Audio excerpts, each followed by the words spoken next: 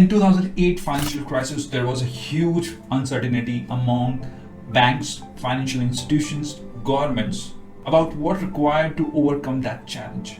During that period, two things happened. First, many people lost their trust from banks. Second, Bitcoin was created.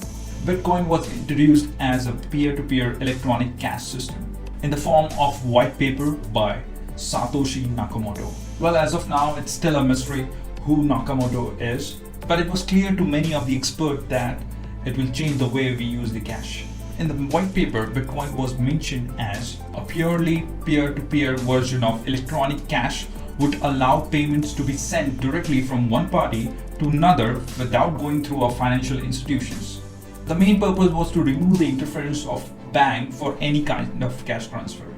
If you think this was the first time such solutions was introduced, then you're wrong. Let's look at some earlier attempts to achieve the similar goals. eCash by David Chaum in 1983, which wasn't that successful. Hashcash proof of work by Adam Back in 1997.